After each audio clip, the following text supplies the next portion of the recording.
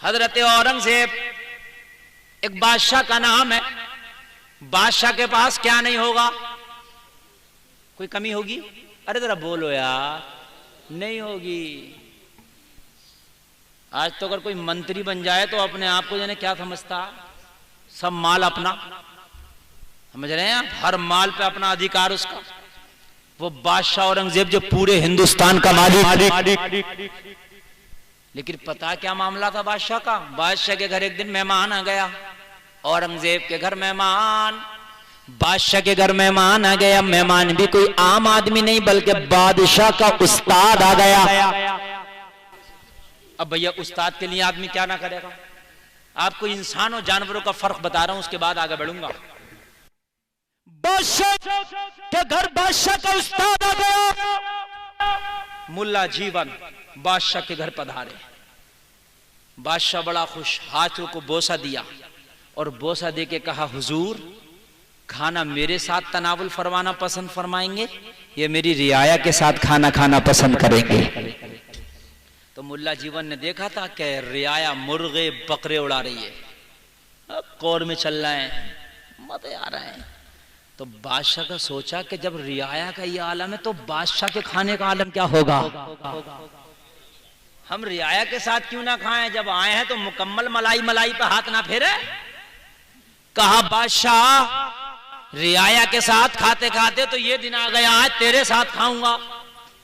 तो बादशाह ने अपने खादिम से कह दिया, जाओ घर में कह दो मेहमान है, खाना मेहमानों वाला बनाए।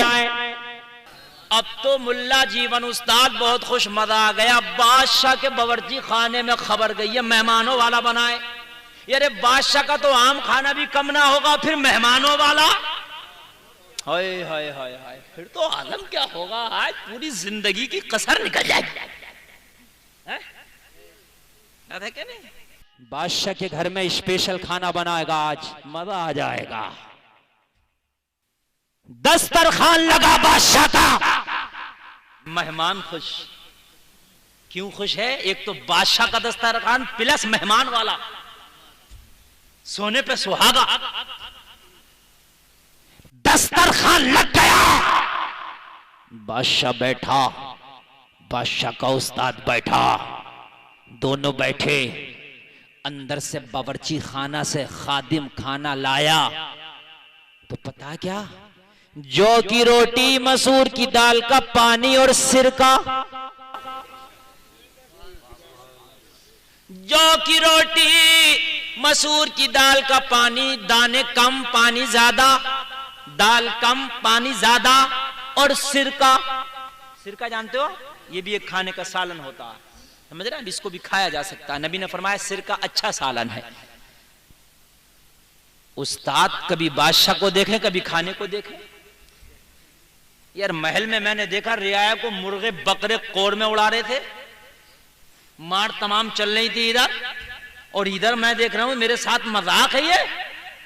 कहा बादशाह ये हकीकत है या मजाक? क्योंकि उस्ताद भी नेक था, देखना चाहता था मेरा शागिर्द कहां तक है ये। आज का जैसा नहीं था ना, नेक था। कहा यह हकीकत है या मजाक? कहा सरकार क्या कोई खता हो गई? कहा रियाया के खाने मुर्गे बकरे चल रहे हैं, कौर में चल रहे हैं, बड़े बड़े अच्छे खाने चल रहे हैं, तरह तरह के अनवार अक़साम के खाने चल रहे हैं, लेकिन जब तूने मेरे खाने की बात की तो अपने खादिम से घर के अंदर कहला भेजा कि बादशाह के घर के अंदर जाके कह दो कि मेहमान आया है, मेहमान वाला खाना तैयार करे। तो क्या तेरे घर में मेहमान वाला खाना यह है तो तेरा अपना खाना क्या होता है? जब तेरे घर के मेहमानों का यह आलम है तो फिर तेरा खाना क्या है? कहा हुजूर अगर आप ना होते तो मेरे घर में एक ही सालन होता, या तो खाली सिरका होता या खाली मसूर की पतली दाल होती। मेरा इतना असासा नहीं है कि 2 सालन खा सको, मैं तो एक ही सालन मुश्किल से खा पाता, बस मेरा तो इतना ही असासा। आज जो दस्तरखान पे 2 तरह के सालन है, सिरका और मसूर की दाल, ये आपकी वजह से है। कहा रे हिंदुस्तान का बादशाह, और कहता असासा नहीं। कहा सरकार बादशाह जरूर हो, अल्लाह ने मुझे अमानत के तौर पर मुल्क दिया है, ऐसा नहीं है, मैं तो टोपियां बुन बुन के अपने घर का खर्चा चलाता हूँ।